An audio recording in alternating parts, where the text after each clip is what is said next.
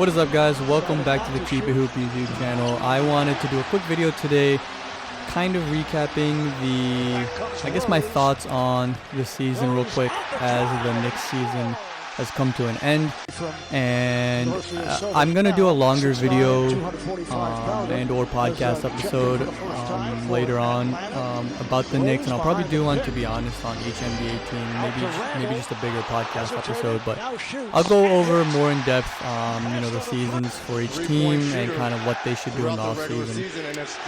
But yeah, I guess immediate reaction for the Knicks series and season. First off, hats off to the Hawks, man. I think at the end of the day, they were the better team. They outplayed the Knicks, they out-schemed the Knicks, out-talented, out-skilled the Knicks, and props to them, and especially Trae Young, who had a hell of a series. I've been vocal about the fact that he's not my favorite player. I don't love him, but I mean, respect where respect's due. He played really well, took what the Knicks gave them. When they were denying the three, got into the paint, hit his patent floater, or dropped it off or threw an alley-oop to the likes of Okongwu or Clint Capella. When he had the three, he took it. Really just the Knicks had to pick their poison, and Trae was able to just dissect the defense, read the defense, stayed patient. I saw a lot of growth from him, not only over the course of the season, but especially during the course of the series. And he was made for this. I think he's a guy that's very confident. He doesn't shy away from the big moments, and if anything, he thrived in it. So props to him. Guys like Bogdanovich hit big shots. John Collins bounced back from his 0-point performance. Clint Capella backed up his talk. You had Gallinari, former Knick, coming back and hitting some key shots, and Okongwu providing some solid minutes for a rookie. Lou Williams, never had a great game, but had key stretches. I remember game one in the end of the third quarter, he went a little bit of a run himself. And Nate McMillan as well, took over after the things with Lloyd Pierce just didn't work out. He apparently didn't click with Trae Young. Came in here, and they've been a very good team since. So, the better team won, and hats off to them. I think that the cool thing about this series was obviously there was a lot of animosity and hate during the series, right? The two teams were going back and forth. The games got chippy, a lot of trash talk in between games, even during the games. But beside that one fan incident where he tried to, the one fan tried to spit on Trae Young, which is obviously unacceptable and something that, obviously not just the spitting, but there's a lot of things going on in the NBA right now which isn't acceptable at all, and honestly it's getting out of hand, and these fans need to do a better job, the arenas need to do a better job. But that being said, outside of that one incident, it wasn't like the things during the games between the players or the fans, I don't think, got too out of hand. And I think it was, for someone that grew up watching 2000s basketball and watching highlights of the 90s basketball, it was really nice to kind of see some of that physicality and competitiveness come back. And that's not to say that the other series or teams and players aren't competitive or physical, but I think it was just something, this series kind of took it to a whole nother level, something we hadn't seen too much of recently. So that I loved. And again, it sucks that my team, the Knicks, didn't come out on top of that. But still, as a fan, at the end of the day, sports is entertainment, and these were entertaining games, and it was an entertaining series. Despite the losses, they were mentally draining to watch. A lot of them were frustrating. Wanted to pull my hair out. But and the cool thing was, at the end of the day, when the game ended, when the whistle blew, the buzzer sounded, it was still a lot of respect between these two teams, right? And I think they deep inside knew how much they fought, the show they put on for their fans, their respective cities, but also just the league as a whole.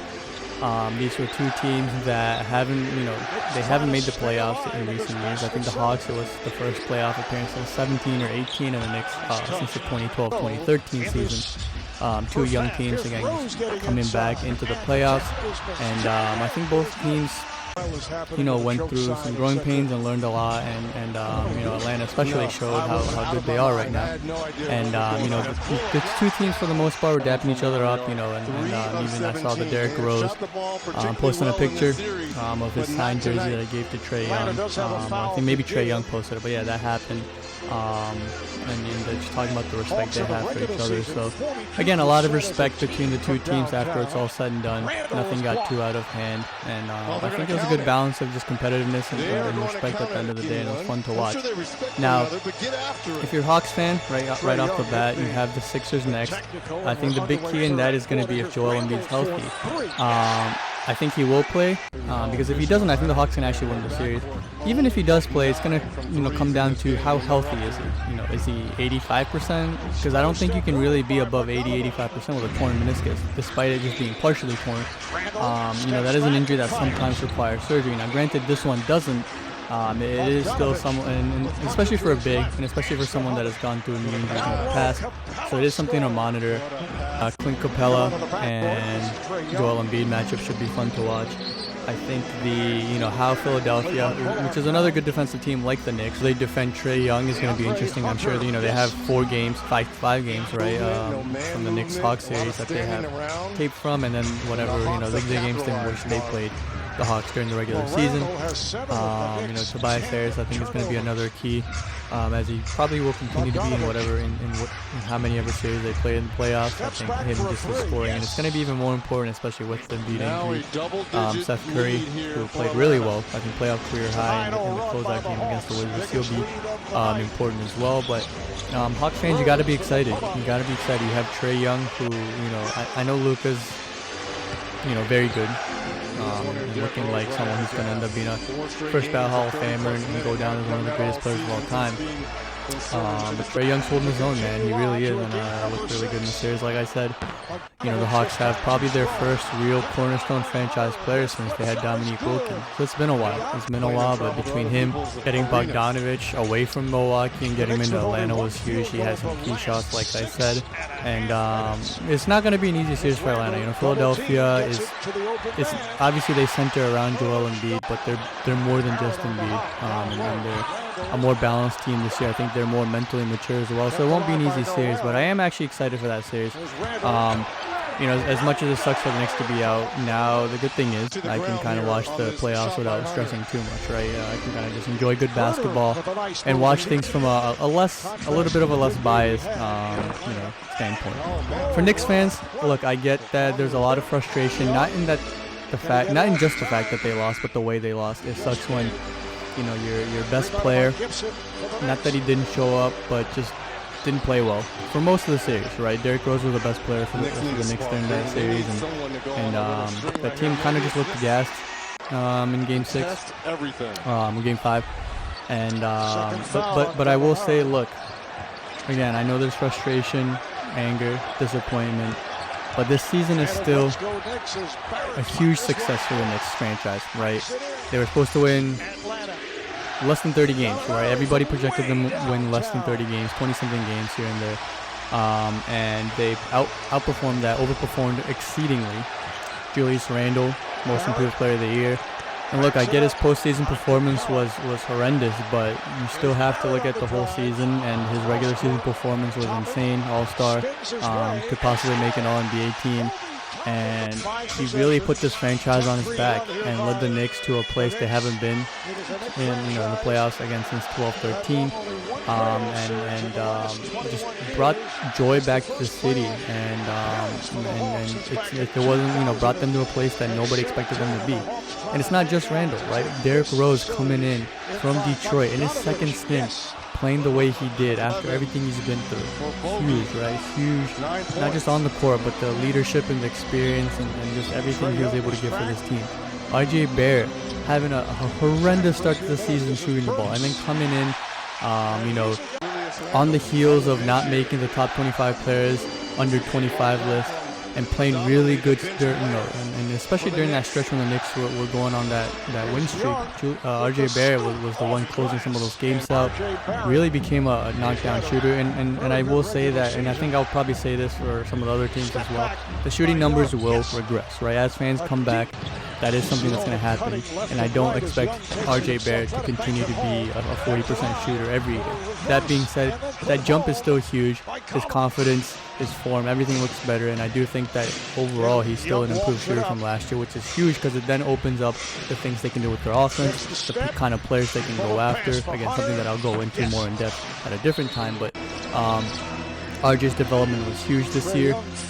The young guys, man, the rookies, Obi Toppin coming in, playing a different role than he had in the past in college, and really being super mature and just getting whatever minutes he can, not complaining, playing hard every single second he's out there, getting that lob in game 2 in the win with his mom in the stands and everybody chanting his name. One of my favorite moments of the season. Emmanuel quickly immediately became one of my favorite rookies to ever, put on a Knicks jersey. And he was already one of my favorite players in the league, really. And a lot of it it's not just the talent, because the talent, we already see some of the potential, right? The floater game, the three-point shot, the creativity, the hesitation, the ability to draw the foul, the competitiveness on defense. Aside of just the talent, man, his confidence, his aggressiveness, his willingness, and his ability to always stay in attack mode, super fun to watch, and that's something that you can't even necessarily teach, so I love seeing that from him. I'm excited for these young guys, that trio especially. RJ, quickly, Toppin, see how far they can improve, how much they can improve during the offseason. So excited for them to come back. Again, just a huge hats off to also Thibodeau. Came in, changed the culture. He definitely could have done some things differently in the playoffs. I think he could have, shied away from the Elfrid Payton thing a lot sooner, even before the playoffs. I think he could have adjusted a bit more, maybe played small ball, because they weren't really, Clint Capella wasn't really playing defense on Noel or Taj Gibson. But overall, just everything he was able to do during the regular season, nothing but respect for him. Worldwide West and Leon Rose. It finally looks like the Knicks not only are winning, but they have a plan, and they're doing so in an economically and financially responsible way. They have draft picks. If you're a Knicks fan, again, frustrating end to the season, but overall you have to take a step back when it all settles down and be very happy with this season and the future. And it's not something that we've been able to say for a long time. Just wanted to kind of get that off my chest. Again, I will do longer breakdowns or more in-depth breakdowns on the Knicks as well as all the other teams once the offseason hits. I hope you guys enjoyed this video. Let me know what you guys think of both the Hawks and Knicks, their series, their season so far. And please remember to like, subscribe, share, and comment. Also follow us on our social media pages. Links will be in the description below. We're going to take the next few days off, but I'll be back next week with some more content, so stay tuned for that.